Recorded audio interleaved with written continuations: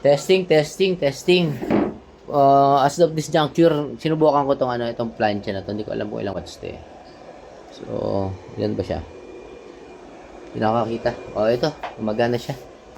Gamit lang tong ating 140 12 volts. So, goods naman siya. Tapos, yung blower. Subukan din natin yung blower.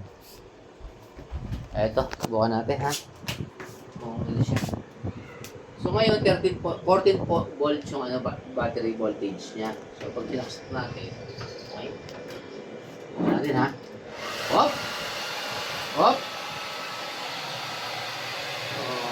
Although malakas ang bawas niya, naging 12.3. Pero pag pinatay mo naman to, babalik lang din siya. So kaya siya. Yung charge niya. Yan. Gamit yung K2 na 3,000 watts, yan, gaya naman siya.